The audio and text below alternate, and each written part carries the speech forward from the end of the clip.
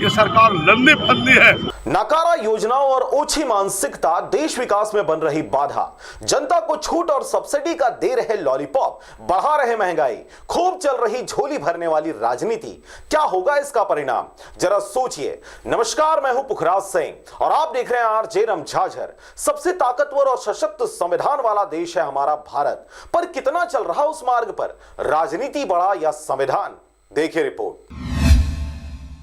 ये सरकार लंबी फंदी है।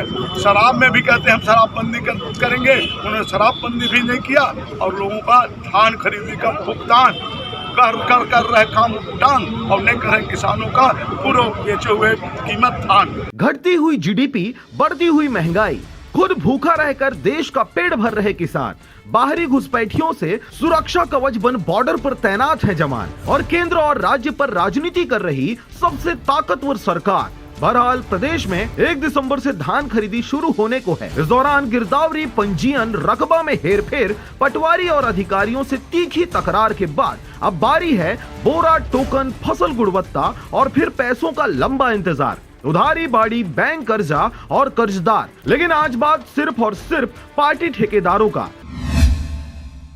विपक्ष का सर्वनाश और खुद की पार्टी का जय घोष करते भारतीय जनता पार्टी के बाद कांग्रेस भी नजर आई। इस दौरान वे चक्का जाम सीधे ना कर छोटे छोटे पंडाल बना जन जागरण फैलाते नजर आए।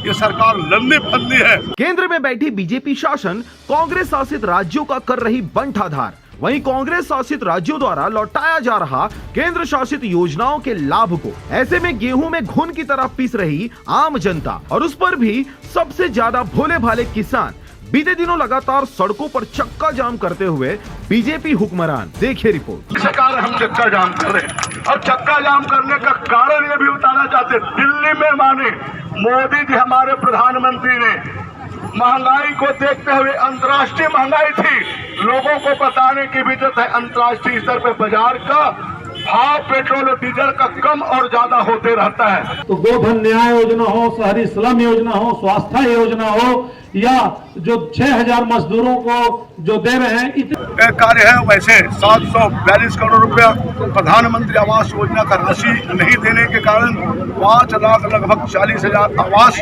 स्वीकृत होते हुए राशि पैसा आने के बाद भी दिल्ली पैसा इन्होंने वापस कर दिया, क्योंकि उन्होंने 40% राज्य सरकार को देना था। हर धर्म अपन धर्म सबसे ऊंचा मानते, कोई धर्म कमजोर नहीं है, कोई धर्म बेकार नहीं है, सब अपन धर्म में आगे हवा है। लेकिन ये भारतीय जनता पार्टी के नेता मान सिर्फ राम मंदिर के मुद्दा उठा के हिंदू और मुस्लिम की लड़ाई, हिंदू और पंजाबी के और न जाने देश में और विश्व में कटका जात हवा है, एक बीच में सिर्फ एक लड़ाई के धारा प्रवाह आनंद लेने की प्रयास करते हैं। बीते दिनों संविधान दिवस भी जोर शोर से मनाया गया, परंतु सबसे आकर्षक चीज रही कोरोना जागरूकता महाअभियान के लिए स्कूलों से निकली बच्चों की बड़ी बड़ी रैलियां। बिना मास्क, बिना सैनिटाइजर, बिना सोशल डिस्टेंसिंग के कोरोना को भगाना है, टीकाकरण लगाना है जैसे नारों के साथ अंधे, गूंगी और बहरी केंद्र और राज्य सरकार का मैसेज देते ये छोटे छोटे बच्चे नजर आए।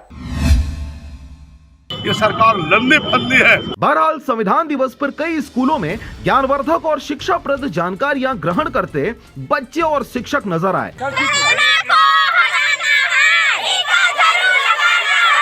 से जो रैली निकाला गया था वो कोरोना जागरूकता रैली है। टीकाकरण के लिए ग्रामवासियों को प्रेरित करने के लिए कि कोरोना से बचाव का एक ही उपाय है और वो है टीका।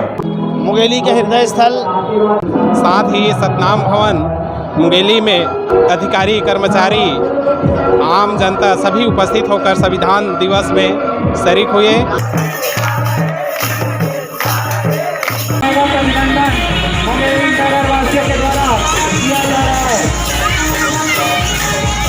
साथ ही जन्मदिन और पार्टी कार्यक्रमों पर लाखों करोड़ों रुपए खर्च कर कार्यक्रम करने वाले भाजपा और कांग्रेस संविधान दिवस पर औपचारिकताएं निभाते नजर आए। मुद्दों की बातों पर पार्टी के हुक्मरानों के भाव बढ़ जाते हैं। वहीं अब हद तो तब हो गई जब डिजिटल भारत के सपने को साकार कर फ्री में इंटरनेट देने वाली कंपनियां जबरदस्ती योजनाओं के नाम पर फ्री में लोगों के हाथों में मोबाइल देने वाली सरकार और कंपनी सूद समेत पैसा वापस लेने 20% से भी ज्यादा अपना भाव बढ़ा दिए हैं। Bureau report, RJ रमझाझर।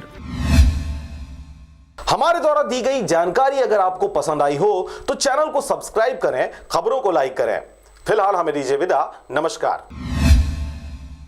ये सरकार लंदी फंदी है। सामने जितने भी हमारे भाई बंधु खड़े हैं, हमारी माताएं जो खड़ी हैं, इधर भी हमारे भाई खड़े हैं, पीछे में तो हमारे भाई लोग बैठे हैं, सामने भी बहुत सारे लोग हमारे देख रहे हैं। मैं आप सबसे चाहूंगा कि एक बार मेरे साथ आप सब लोग नारा जरूर लगाएं, भारत माता की।